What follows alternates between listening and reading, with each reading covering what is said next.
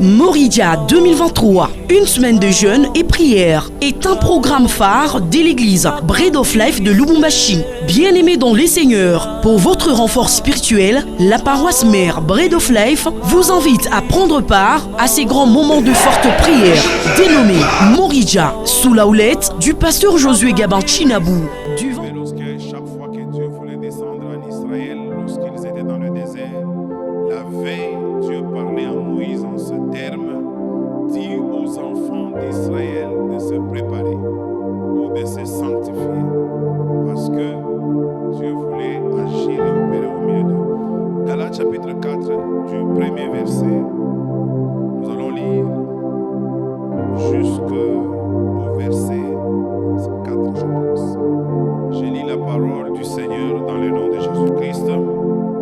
Or, aussi longtemps que l'héritier est un enfant, je dis qu'il ne diffère en rien d'un esclave, quoiqu'il soit le maître de tout. Mais il est sous des tuteurs et des administrateurs jusqu'au temps marqué par le Père. Nous aussi, de la même manière, lorsque nous étions enfants, nous étions sous l'esclavage des rudiments du monde. Mais lorsque les temps ont été accomplis, Dieu a envoyé son Fils, né d'une femme, né sous la loi, afin qu'il rachètât ceux qui étaient sous la loi, afin que nous ressuscitions l'adoption.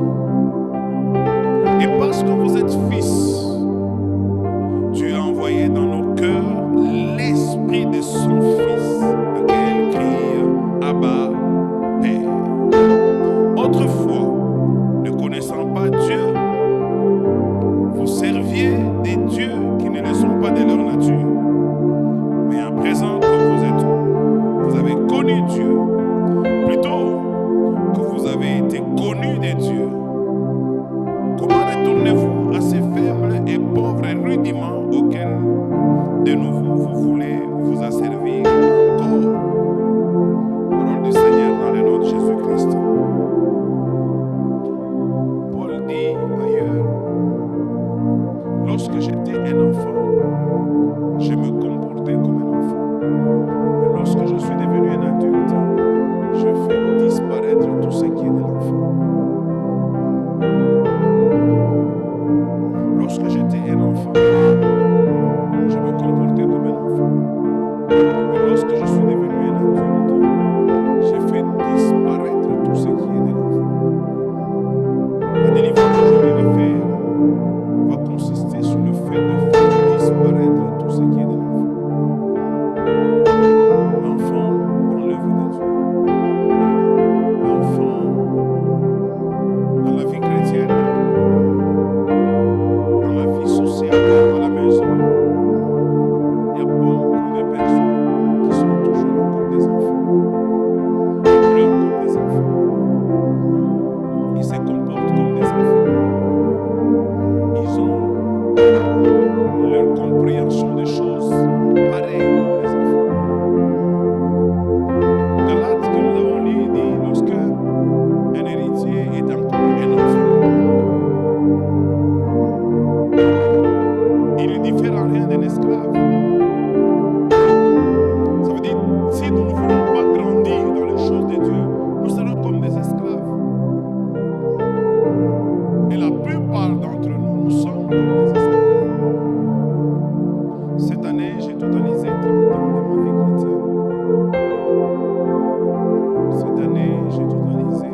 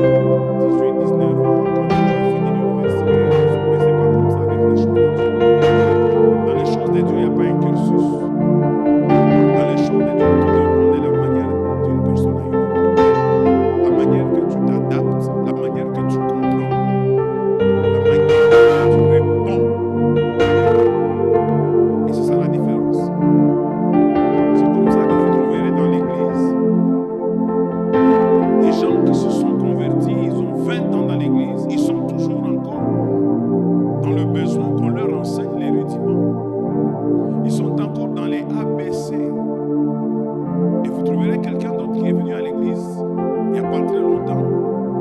Et puis il a déjà des responsabilités, il commence à marquer son chemin. Et ces personnes qui l'ont précédé dans le nombre d'années dans l'église vont commencer à constituer les blocages pour ces nouveaux venus qui viennent avec des ardeurs. Ça veut dire à l'université de Dieu, si vous comprenez la matière, vous passez des promotions même si l'année n'est pas encore terminée. J'ai venu de voir, je vois une vidéo, je ne sais pas où est-ce qu'on a envoyé ça, je suis dans le groupe, je ne sais plus c'est lequel. Dans cette vidéo, on me montre un enfant, s'il vous plaît, écoutez bien ce que je veux dire. Un enfant de 12 ans qui vient de finir à l'université, il a déjà 5 diplômes d'université. 12 ans. Et il vient de battre le record, je crois, de son grand frère. Lui, il l'a fait à 15 ans. Et l'enfant maintenant veut étudier, à 12 ans, il entre à l'université pour étudier la médecine électronique. Parce que de plus en plus aujourd'hui, la médecine, ce n'est pas cette médecine-là, on te déchire là, non, maintenant la médecine, ce sont des robots qui font ça. Toi, on t'allonge seulement, il y a des machines qui sont sur toi. Les médecins, ils sont juste même pas dans la salle, ils sont dans leur bureau, devant les ordinateurs, ils sont là, les infirmiers, chacun travaille à son niveau et ils communiquent dans les ordinateurs et ils font une opération. C'est quelque chose. Et c'est dans ça que cet enfant va se spécialiser à 12 ans. Imaginez-vous si cet enfant atteignait ton âge. C'est pourquoi on dit aux amis, la valeur n'atteint pas le nombre d'années. Nous avons besoin des gens qui comprennent les choses de Dieu au rythme de Dieu. Vous savez qu'aujourd'hui, l'Église est la seule institution qui ne comprend pas cette vérité que je vais vous dire. Ça veut dire que le monde est dans une vitesse vertigineuse. Tout est en vitesse, sauf l'Église. Tout est en mouvement, sauf l'Église. Et l'Église a encore le combat de rester cette Église primitive. Et les gens disent dans l'Église primitive, ce n'était pas comme ça. Tandis que le monde n'est plus dans les primitifs. Le monde est dans une grande évolution. La technologie les accompagne et l'Église a perdu le pédale. Faites très attention mes amis, si nous continuons comme ça, l'Église va disparaître. Et c'est même ça l'objectif que le diable poursuit. L'Église doit disparaître. Nous devons nous aussi un jour commencer à présenter des enfants de 15 ans qui vous prêchent la parole et les adultes se mettent à genoux pour adorer le Seigneur.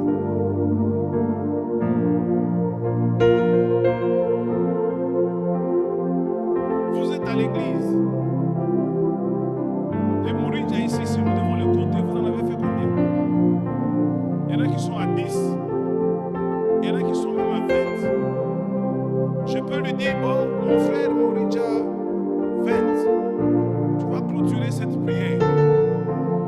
La prière qu'il va faire là, c'est à peine que vous allez entendre ce qu'il va dire. Aussi longtemps que l'héritier est encore un enfant, il ne diffère en rien d'un esclave. On le mettra sous des tuteurs et sous des administrateurs. Quoi qu'il soit le maître de tout. Ça veut dire, Église, je voudrais que nous puissions comprendre pourquoi nous devons réclamer le Saint-Esprit à partir de 21h. Pourquoi Dieu doit dire, bon, ok, j'ai écouté, je te donne le Saint-Esprit. C'est pourquoi quand nous le demandons, Dieu ne nous le donne même pas. Parce que nous ne savons même pas à quoi ça va nous servir. Parce que nous ne savons même pas, je demande le Saint-Esprit pourquoi. Les gens commencent à penser que le Saint-Esprit, c'est parler seulement en langue. Quoique c'est ainsi, mais ce n'est pas seulement ça. Le Saint-Esprit doit nous donner des capacités extraordinaires qui nous permettent de maîtriser certaines situations dans la vie, dans la société, et d'être même capables de proposer des solutions au gouvernement pour résoudre le problème, la crise que nous traversons. C'est comme ça que l'Église ne fait plus partie des concerts, des grands. On n'associe pas l'Église dans les grandes décisions. Si l'Église était capable, par exemple, de dire des solutions, de prédire des choses comme à l'époque avec les prophètes de l'Ancien Testament, de prédire des choses, de donner l'intelligence comme les Daniel, comme les Joseph. Joseph n'avait pas été prophète. Joseph était un homme des rêves. Il y a des gens ici qui ont des rêves plus que Joseph. Mais qu'est-ce qu'ils en font? C'est le rêve de Joseph qui l'a fait asseoir avec les grands. Toi, tu en as combien? Chaque nuit, tu en rêves. Pourquoi Dieu doit encore t'en ajouter aujourd'hui? Pour en faire quoi? J'ai entendu une personne qui me dit, quand il fait des rêves, les rêves se réalisent. Je dis, ok, c'est bon. Et puis, où est-ce que tu en es avec tes rêves? Joseph a fait aussi des rêves qui se réalisent. Si vous voulez que je vous dise là où était arrivé Joseph, je vous dirai qu'il était premier ministre en Égypte, dans un pays étranger. Nous sommes des années longtemps avant aujourd'hui, où nous parlons encore de congolité. Reculons en arrière. Joseph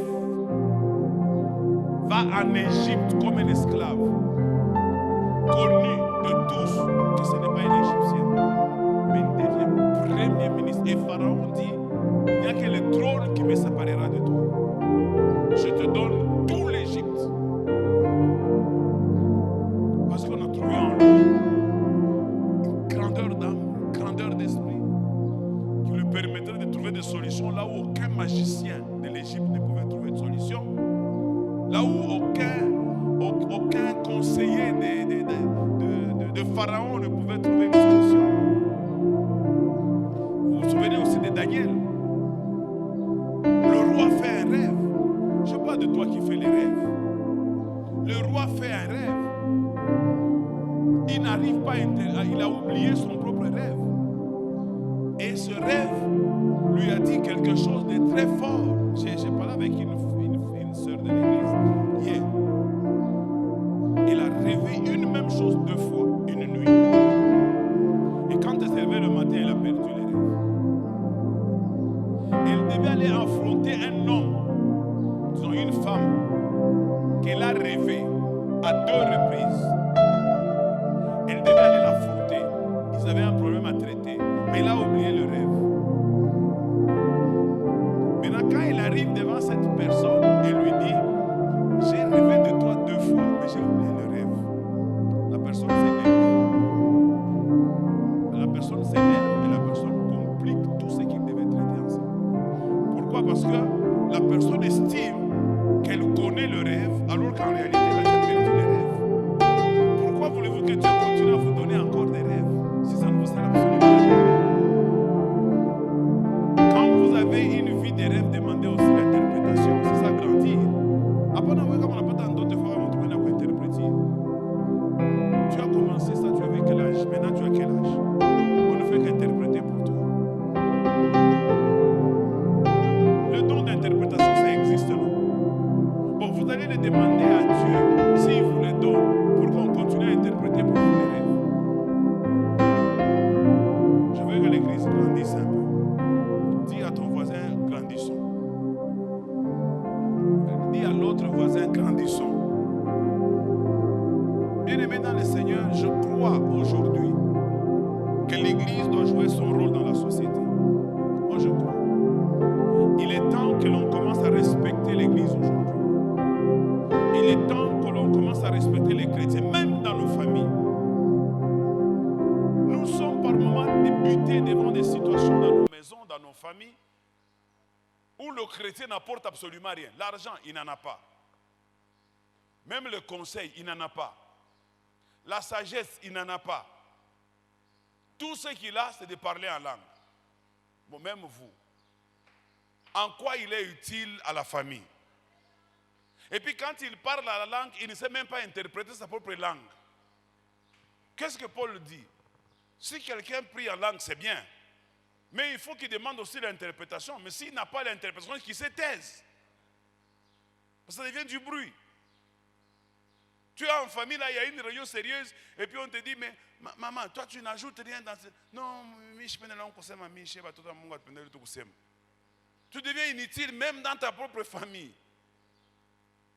Que Dieu ait pitié de l'Église. Vous qui autrement devriez déjà être des maîtres, mais vous avez encore besoin de rudiments. Quand on dit maître, ça veut dire quoi? Quand tu entres dans ta famille, tout le monde sent que tu es arrivé. Quand tu arrives comme ça, on dit que la solution est là. Que j'ai l'argent, que je n'aie pas l'argent, mais je vous dirai comment est-ce qu'on peut trouver l'argent.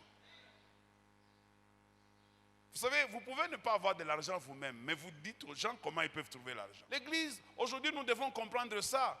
Nous sommes le maître de ce monde ici. Nous sommes le maître de la terre. Nous devons être au-dessus des situations que nous traversons. Nous pleurons comme des païens. Nous pleurons comme des humains. Nous ne sommes pas des humains. La Bible dit nous sommes des dieux. Nous avons été créés à l'image de Dieu. Si les païens l'ont perdu, nous disons que nous l'avons retrouvé. Et si nous l'avons retrouvé, quelle est la différence? Quelle est la différence? On va prier pour l'effusion du Saint-Esprit. Oui, c'est bon. Mais il faut, avant qu'on ne prie pour l'effusion du Saint-Esprit, qu'on fasse une délivrance sur tout ce qui est de l'enfant doit partir. Parce que aussi longtemps que tu seras encore un enfant, Dieu ne te confiera pas les choses de grand.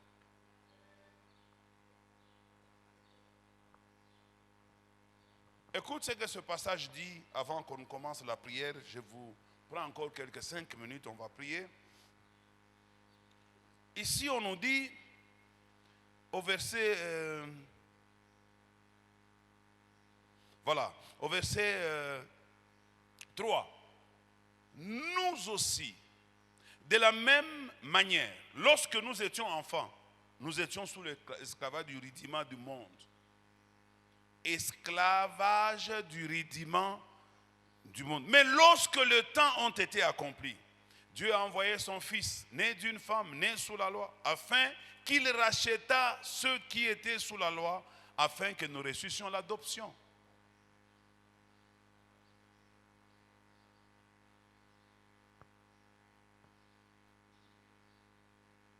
C'est quoi l'adoption? Ça veut dire que Dieu nous a rachetés. Dieu a fait de nous ses enfants. Même si nous sommes nés des papas Louis et des mamans Élise. À partir du moment que Dieu nous a rachetés, nous sommes devenus les enfants de Dieu. Nous devons avoir et réclamer le comportement des enfants de Dieu. Nous sommes adoptés, nous sommes devenus... Vous savez, j'ai dit ça un jour ici à l'église. Quand vous adoptez un enfant, ne l'adoptez pas pour en faire un esclave dans votre maison. Lorsqu'on adopte un enfant dans sa maison, ça veut dire qu'on lui donne le même titre et qualité que vos enfants. Si vous n'êtes pas en mesure de faire ça, ne parlez pas de l'adoption. Les gens font quoi? Ils appellent l'enfant de sa soeur ou l'enfant de quelqu'un. Ils disent non, mais on adopté. On n'adopte pas quelqu'un pour qu'il soit domestique moumaïle. On adopte quelqu'un pour qu'il soit effectivement un enfant avec les mêmes droits que tes propres enfants. Et Dieu connaît ces principes. Il ne peut pas nous adopter pour faire de nous des va-nu-pieds. Dieu nous a adoptés et il nous a donné le même pouvoir qu'il a donné à tous ceux qui lui appartiennent. Et Dieu n'a pas beaucoup d'enfants, vous le savez. Le seul enfant que Dieu a engendré, c'est Jésus-Christ. Et nous tous, nous sommes des enfants adoptifs. Donc, ce qu'il a donné à son fils qu'il a engendré, le seul, l'unique. C'est pourquoi on dit, Dieu a tant aimé le monde qu'il a donné son fils unique. C'est le seul que Dieu a engendré. Et nous tous, nous sommes des enfants adoptifs. Même les juifs sont des enfants adoptifs. Mais maintenant, regardez la différence. Comment nous comportons-nous dans l'adoption? Il y a des gens qui continuent à penser qu'ils sont toujours encore esclave des rudiments du monde. Oh non, moi, vous savez, je suis toujours enfant adoptif. Mon père, chez moi, dans ma famille, dans ma tribu, chez nous, quand il y a tel problème, il faut toujours se référer. C'est l'oncle qui prend la parole le premier. Tout ce que l'oncle va dire, nous sommes obligés de suivre. Qui t'a dit que toi, tu appartiens encore à cette famille-là? Moi, j'ai aussi une famille. Moi, je suis d'ici. Né, grandi ici sur place. Ça veut dire que toute ma famille se trouve ici. Dieu m'est témoin, toute ma famille se trouve ici. Mais cette famille n'a aucune influence sur moi. Je ne me rappelle pas avoir assisté un seul jour dans une réunion de famille. 2, je ne vois pas qui dans ma famille a autorité sur moi. 3, quel est ce membre de famille que moi je fréquente? 4, quel est ce membre de famille à qui moi je peux aller demander quelque chose? Et enfin, dans ma famille, qui me dépasse? Personne.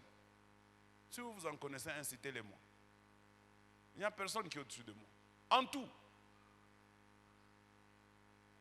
Tout le monde est en dessous de moi. Et tout le monde sait que je suis un enfant de Dieu. Et ils tremblent.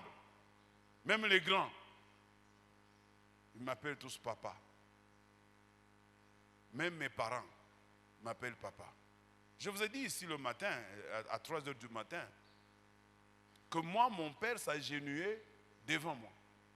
C'est pas facile, hein? Ton propre père. Alors, mon propre père, pasteur, mon propre père, c'est moi qui l'ai amené au Seigneur. Je l'ai connu. J'ai dit ça le matin. Mon père n'a jamais été à l'église, même pas catholique, ni ma mère. Moi-même, je n'ai jamais été à l'église, même pas catholique. Tout ce que j'ai reconnu de mes parents, c'était des ambianceurs. Avant de sortir, ils m'enivraient avec l'alcool pour que je dors sans me réveiller pendant qu'eux vont m'enfermer du dehors. Parce que s'ils me laissent sans alcool, je peux me réveiller à 2 heures du matin et commencer à crier dans la maison parce que je suis seul avec mon jeune frère. Maintenant, pour que je ne me réveille pas, ils m'enivraient, ils nous donnaient chacun une bouteille de bière. Merci. Oui. Et puis quand on dormait jusqu'au matin. Et quand j'ai grandi à l'âge adolescent, je commençais à boire. Et je lève ma main. Je crois que le jeune homme qui est ici, il est ancien de l'église, il connaît. Papa, moi je buvais. Je peux commencer avec vous ici. On commence à 10 heures. Je commençais à boire à 10 heures. Et puis, Satan m'a donné beaucoup d'argent. À l'époque. Beaucoup d'argent. Je pouvais commencer à boire. Lui, il me suivait là pour qu'il profite aussi, pour qu'il boive. C'était un petit. Vous voyez, quand tu es avec les grands là, ils ont beaucoup d'argent là. Hein, toi aussi, tu t'enivres et puis tu rentres à la cité, tu commences à gonfler devant tes amis parce que tu es un peu ivre. C'est comme ça qu'il était. Je commence avec toi. Je vais dire de lui une histoire là. Je commence avec toi à 10 heures. À 14 heures, tu es foutu. Je vais chercher Dani à 14 heures. Je vais avec lui à 18 heures, il est KO. Je cherche à quelqu'un à 19 heures. À 22 heures, 23 heures, KO. Je vais réveiller un ami à minuit. Je vous dis, pasteur. Tu étais comme ça? Oh là là, voilà là où le Seigneur nous retire. Je suis arrivé à un moment donné, pour m'enivrer, il faut que j'utilise le chanvre. J'ai fumé le chanvre avec Papa Mbemba ici. C'est moi qui l'ai même entraîné à fumer du chanvre. On était un jour avec lui là-bas, et le petit, comme il nous suivait tellement, bon, nous on devait aller prendre notre histoire. Bon, le petit est là, on fait comment? On les chasse. Ah, son grand frère dit, ah, il prend. Le petit ne prenait pas. On lui a donné. Il a failli mourir. Lui-même, quand il raconte son histoire, il dit qu'il est arrivé quelque part, il ne savait plus marcher, il s'est assis.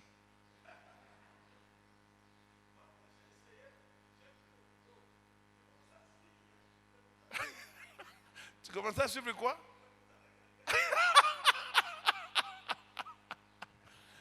Le pasteur John Maurice dit que lui, quand il avait essayé ça la première fois, il a cherché un couteau. Il a vu un mouton d'autrui, il commençait à les poursuivre.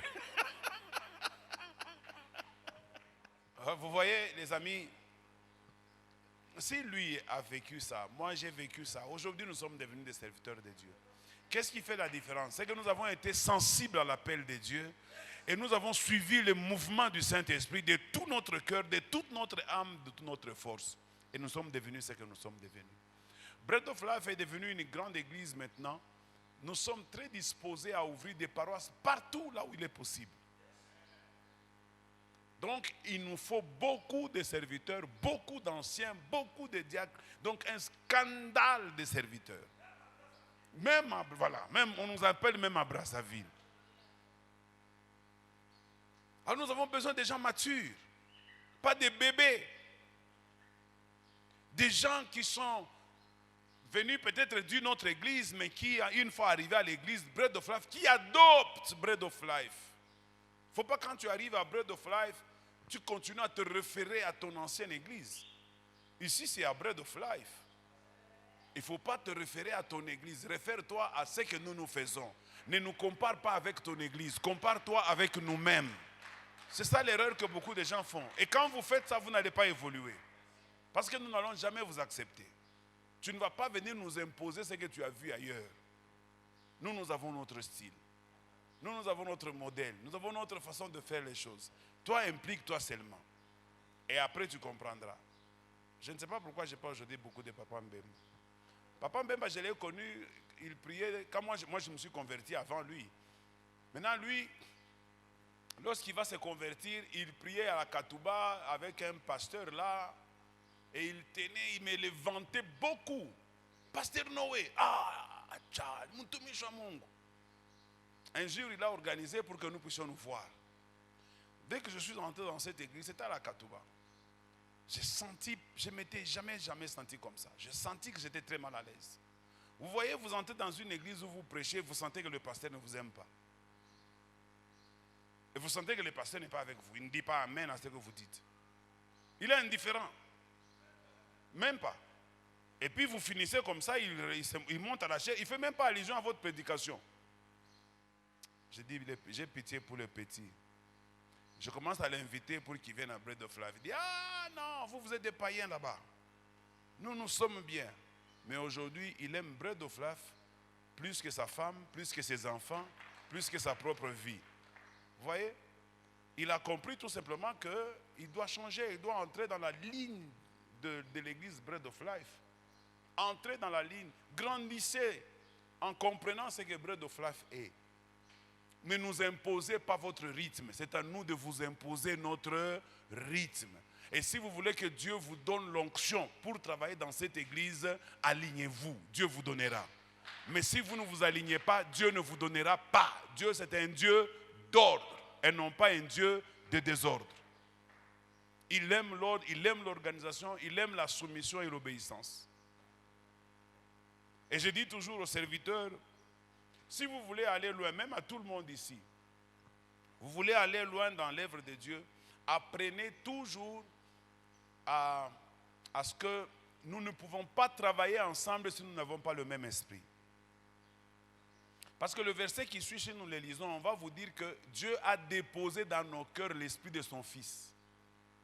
Pourquoi il dépose à nous l'esprit de son Fils? Parce qu'il ne veut pas que nous puissions grandir comme des étrangers dans la maison.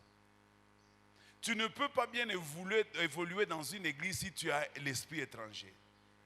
J'ai connu beaucoup de gens qui étaient dans cette église, qui étaient des bons serviteurs, mais ils avaient un autre feu, le feu étranger. Je ne les ai jamais chassés, mais ils ont fini par quitter eux-mêmes. On va lire ça. Et puis je vais continuer, après on va prier. Parce que ce soir, on va vraiment prier pour que Dieu déverse en nous l'esprit. Il faut que l'on fasse passer tout ce qui est de l'enfant. Verset 6. Si vous avez vos Bibles, vous lisez avec moi. Et parce que vous êtes fils, par adoption bien entendu. Et parce que vous êtes fils par adoption, Dieu a envoyé dans nos cœurs l'esprit de son Fils. Pourquoi il nous envoie l'esprit de son Fils? Dieu, lui, n'a pas de l'esprit. Est-ce qu'il est en carence d'esprit? Non. Parce qu'il veut que nous soyons un avec son propre Fils. Pour que quand nous nous mettons à la table, qu'il ne voie pas la différence entre son Fils qu'il a engendré et nous qu'il a adoptés. Mais cependant, c'est ce que nous faisons. Donc quand on nous met ensemble comme ça, on constate tout de suite qu'il y a certains qui ne sont pas de la maison. Dieu veut nous amener loin. Dieu veut nous bénir. Dieu veut faire des miracles au milieu de nous. Mais faisons partie de ce qui est de l'enfant. Grandissons dans les choses de Dieu. Devenons matures dans les choses de Dieu. Arrêtez de toujours voir le mal dans les autres. Ce qui m'a aidé, moi, à grandir, je crois que je dois vous le dire. Quand je suis arrivé à Bread of Life, je n'étais pas le pasteur titulaire. Il y avait un pasteur titulaire qui était venu pour implanter cette église. Ce pasteur-là, Dieu m'en excuse, moi je venais d'une très bonne formation. D'abord, j'ouvre une parenthèse. Mon bishop, moi j'ai grandi comme un champignon. Ça veut dire non seulement j'ai grandi vite, mais je n'ai pas été planté. Je n'ai pas eu quelqu'un qui m'a entretenu. Je n'ai pas de père, vraiment père au vrai sens du mot, comme moi je suis père pour certains ici. Je n'ai pas eu. J'étais à Vieux-Zevoix, une église où il y avait plus de 10 000 membres et les pasteurs ne me connaissaient pas. Aucun ancien ne me connaissait. Aucun diacre ne me connaissait. J'étais simplement connu par un berger de la cellule, d'ailleurs avec qui on ne s'entendait pas beaucoup. Donc il ne m'a pas du tout formé. Et c'est comme ça que 5 ans après, je suis venu à Bread of Life, j'ai rencontré cet homme. Mais Dieu m'avait formé personnellement. Et il m'a donné un grand caractère dans ma formation. Et il m'a dit que je devais ne pas faire la guerre à cet homme. Sincèrement, devant Dieu, quand je le regardais faire l'œuvre de Dieu, je sentais que je faisais mieux que lui. Mais jamais je ne l'ai combattu. Jamais même dans mes paroles, j'ai dit quelque chose qui pouvait le frustrer. Je soutenais cet homme. Je n'avais aucune intention de le remplacer. Aucunement, Dieu m'est témoin. Je le soutenais. Et le Seigneur m'a dit, complète-le dans ses insuffisances. C'est la phrase que j'ai retenue du Seigneur. Complète-le dans ses insuffisances. Ne le combats pas. J'ai commencé à le compléter. Ce que moi je savais faire, je le faisais. Ce que lui savait faire, je le laissais faire. Et ensemble, on était devenus une équipe imbattable. Et puis il est parti parce que la mission avait presque échoué. Sans nous dire un mot, nous sommes restés. Le jour que nous découvrons que la mission a été fermée et que lui est parti, ne reviendra plus, nous restons là avec quelques personnes, nous commençons à réfléchir qu'est-ce que nous devenons. C'est comme des enfants qui apprennent un jour, du jour au lendemain, que papa n'est plus, maman n'est plus, ils sont morts dans un accident. Le grand frère est là avec ses petits frères, ils se disent qu'est-ce qu'on fait. C'était comme ça. Et je décide ce jour-là, je dis bon, je vais continuer à faire ce que je faisais quand il était là. Et je vais faire un effort pour faire ce que lui faisait quand il était là. Et puis ça m'a attiré beaucoup de problèmes parce que les autres pensaient que je voulais devenir pasteur. Je leur ai démontré que je ne voulais pas devenir pasteur. Je proposais un autre parmi nous qu'il soit pasteur. Qu'on fasse les élections, qu'on mette un autre qui soit pasteur, mais moi je ne suis pas candidat. Et on l'a fait. On a mis une autre personne comme pasteur. Vous voyez, quand vous voulez grandir dans les choses de Dieu, vous ne vous battez pas pour les choses de Dieu. On ne se bat pas pour la prédication. On ne se bat pas pour que Bagnaligné qu'on a mis. Non. Ne vous battez pas pour ça. Oui. Ne vous battez. Ne dites pas, depuis que je suis dans cette église, jamais on ne m'a donné même la prière. Soyez calme, votre temps viendra. Dieu, il corrigera lui-même les choses. Un jour viendra, il vous ouvrira un couloir. Et ce jour-là, tout le monde vous connaîtra. Et ça sera parti pour vous. J'ai mis quelqu'un d'autre. Moi, j'ai mis quelqu'un d'autre comme pasteur dans cette église. Deuxième pasteur. Et Dieu a trouvé en moi un homme mature. Dieu a besoin de voir de la maturité en vous. Grandissez. Soyez mature. Dieu a besoin de voir de la maturité en vous. Maintenant, voyez ce que Dieu va faire. Dans l'œuvre de Dieu, ce n'est pas le poste qui fait le travail. Vous pouvez ne pas avoir le poste, mais vous faites le travail plus que celui qui a le poste. Et si vous le faites pour Dieu, vous ne le faites pas pour les hommes, Dieu voit ce que vous faites. Et si Dieu voit ce que vous faites, lui va arranger les choses pour vous mettre là où il estime que vous méritez être là. Vous comprenez? Ne soyez pas serviteur d'un homme. Soyez serviteur de Dieu, mais obéissez à l'homme que Dieu a établi. Vous comprenez ça? Faites le travail pour que Dieu apprécie. Vous gagnez de l'argent, vous voulez servir Dieu avec votre argent. Ne le faites pas pour que les gens voient. Faites-le pour que Dieu voie. J'ai été comme ça. Jusqu'à ce que Dieu a décidé et j'ai commencé à diriger cette église. Et c'est comme ça que je parlais de 3 ans où je dirigeais l'église, mais de manière indirecte. Et quand Dieu m'a donné à diriger cette église, j'ai eu des capacités que personne ne m'a jamais communiquées. Moi-même, parfois, je me demande, en me posant la question de savoir comment est-ce que je suis arrivé jusque-là. Parfois, quand je réfléchis à ça, j'ai peur. C'était une aventure très dangereuse. J'étais carrément quelqu'un qui ne venait d'aucune formation. Aucune. Qui n'avait pas fait la théologie, qui n'avait pas été encadré, qui commençait une église en tâtonnant. Cette église, nous l'avons bâtie en tâtonnant, avec essai et erreur. On essaye, on échoue, on corrige demain. On essaye, on échoue, on corrige demain. On a fait beaucoup de dégâts avant d'en arriver là où on est aujourd'hui. En faisant des erreurs. Mais ça nous a aidés. J'avais appris une leçon dans la psychologie. Cette leçon disait, un savoir acquis est moins important qu'un savoir conquis. Ça veut dire quoi? Si on vous enseigne quelque chose, vous n'allez pas bien le retenir. Mais si vous-même vous le vivez par votre propre expérience, cette expérience-là est plus solide que ce qu'on vous a appris. Est-ce que quelqu'un a appris ça? Ça veut dire ce qu'on vous enseigne là. C'est pourquoi toutes les prédications qu'on vous dit, vous ne les retenez pas. Vous les oubliez.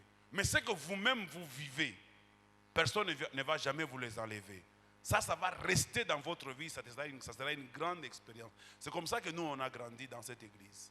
On a grandi en faisant ce qu'on appelle en anglais le learning by doing. Ça veut dire apprendre en agissant.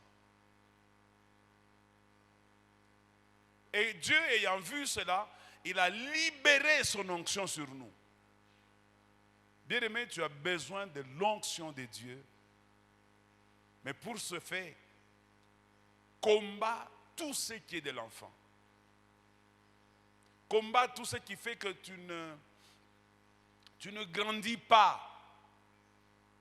Je vous l'ai dit ici, je peux seulement faire la liste des personnes que je connais ici qui ont plus de 10 ans à l'église. Mais ça va kila mtu anza kupita hapo na faire prière. Prière, mimi sema mahubiri. Tukifika kwa mahubiri ni mambo mengine. Tuko ku prière. Je crois que bengine prière itakachika pakachikachi tunapasuka shote ncheko. Je connais, on a déjà vécu ça à l'église. Tunapatia mtu prière ya clôture, anaanza prière mais kule akusema ki amen ya mwisho. Donc mkachikacha ya prière tunazambalala kila mtu anaenda. Parce que bila rienda nabyo na kule nenda kuishia anakosa mambo moya hapa tunatawanika. Regarde ton voisin, dis-lui, il est temps de grandir.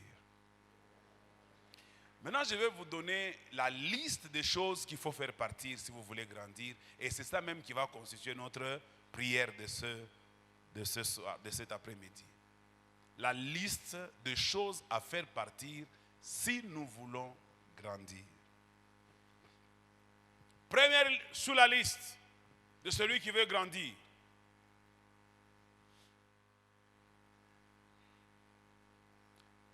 N'aie jamais développer la vue plus que lui. Difficile à comprendre, je vais expliquer. Ne développe pas beaucoup ce que tu vois, plus que ce que tu n'entends. On grandit en écoutant et non pas en voyant. On grandit en écoutant et non pas en voyant. Développe ta manière d'écouter. J'ai fait 3 ans et demi ou 4 ans à Vieux-Voix. J'ai beaucoup appris dans 4 ans en écoutant. Et à cette époque, le pasteur Loukoussa a invité les gens de tous les bords. Il y avait un défilé des hommes de Dieu à Vieux-Voix. Je te dis, à cette époque-là, ça ne reviendra pas. Des grands hommes ont défilé. Et j'ai comme l'impression que Dieu les avait organisés pour moi. C'était comme si j'étais à l'université. Et j'ai développé l'écoute. Ça m'a aidé à beaucoup apprendre. J'ai connu la connexion avec le bishop Imakando de la Zambie, qui est le visionnaire de cette église. Quand je l'ai rencontré, il a ajouté un plus dans mon ministère. Lui, il a un style que j'ai adopté à la fin. C'est le style de prédication intelligente. Un enseignement intelligent. Et j'ai beaucoup aimé cet homme. Et l'essence de l'organisation. Il ne m'a jamais mis comme ça à l'école. L'observation. Nous allons chasser aussi le deuxième élément, c'est la distraction. Si Dieu te met quelque part, si Dieu t'amène quelque part, si Dieu te conduit quelque part, observe beaucoup. Je dis à quelqu'un, observe beaucoup. L'observation. Pour que nous ne puissions pas nous embrouiller, on va aller comme ça progressivement pour qu'on ne s'embrouille pas. J'ai dit en premier lieu, qu'est-ce qu'il faut faire? Il faut développer l'écoute. Ne développe pas la vue. La vue va te faire peur. La vue va te faire douter. C'est pourquoi la Bible même dit, nous ne marchons pas selon la vue, mais nous marchons selon la foi. Ne marchez pas selon la vue, mais marchez selon la foi. Tiens-toi debout. On va combattre tout ce que les yeux nous montrent, qui peuvent être des grands obstacles dans notre épanouissement.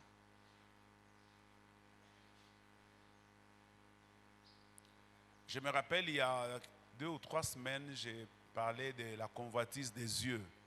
Pour ceux qui étaient là, la convoitise des yeux. Mes amis, nous sommes tous victimes de la convoitise des yeux. En regardant, nous convoitons, en regardant, nous souffrons, en regardant.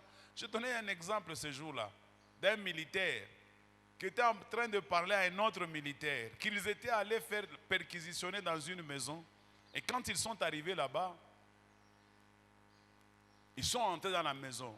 En sortant, ce militaire-là racontait maintenant à son ami qui n'était pas là en disant que j'étais dans une maison. Les choses que j'ai vues dans cette maison, je considère ma maison comme une toilette. Son ami lui dit, ah bon, c'est ça la vie. Il dit, non, non, non, mon frère, tu n'as pas image de ce que j'ai vu.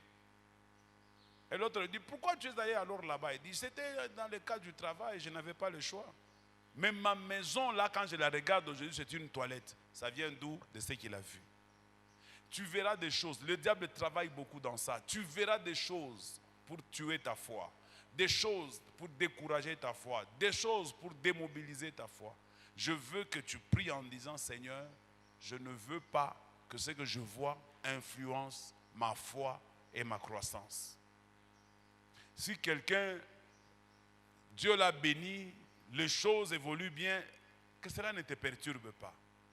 Et tu commences même à te décourager en disant, Dieu ne fera pas pour moi. Non, non, non, non, non. Ce n'est pas le fait qu'il a béni quelqu'un. J'étais avec un homme de Dieu. Il sort 20 000 $. Je dis bien un homme de Dieu. Il sort 20 000 $, comme ça. Pour une raison simple. J'étais là avec lui. Et il me donne à moi pour régler ces problèmes-là. Je regarde 20 000 $. Je sens mes yeux me dire, waouh, un homme de Dieu qui sort 20 000 $ pour ses problèmes. Je sens que ce que mes yeux voient veut affecter mon cœur. Ça commence à parler à mon cœur en disant, est-ce que Nawe Mungarikuita? Est-ce que tu peux aussi faire comme lui? Mais j'ai empêché que ce que je vois affecte ma foi. Ça n'a pas du tout affecté ma foi. Parce que Dieu ne nous a pas appelés pour faire les mêmes choses. Et puis quand quelqu'un a commencé aujourd'hui, ça ne veut pas dire qu'il sera toujours et que toi tu n'arriveras jamais. Celui qui t'a précédé aujourd'hui n'a pas fermé la porte par laquelle il est passé. Ça veut dire si lui est arrivé, demain moi aussi je peux passer par la même porte. Alors je ne dois pas faire de la compétition, de la concurrence. Je dis seulement gloire au Seigneur, mais je continue ma vie avec ce que Dieu m'a donné. Parce que ce que moi aussi je peux faire, il y a aussi quelqu'un d'autre qui ne peut pas le faire. Vous voyez comment je me contente? J'ai dit Seigneur, ok, c'est ce que lui a reçu qu'il peut faire. Mais moi aussi je peux faire quelque chose sur quelqu'un que lui, l'autre là, ne peut pas faire. Qui m'envie aussi. N'est-ce pas? Je me console comme ça. Et ça me suffit. Je me plais dans ce que j'ai. Alors je veux que tu pries en disant Seigneur, je vais arrêter de convoiter ce que je vois. Je vais apprendre à me plaire à ce que j'ai. Commence à prier. Ça c'est un combat pour montrer à Dieu que j'ai grandi. Tu peux me faire confiance. Prie.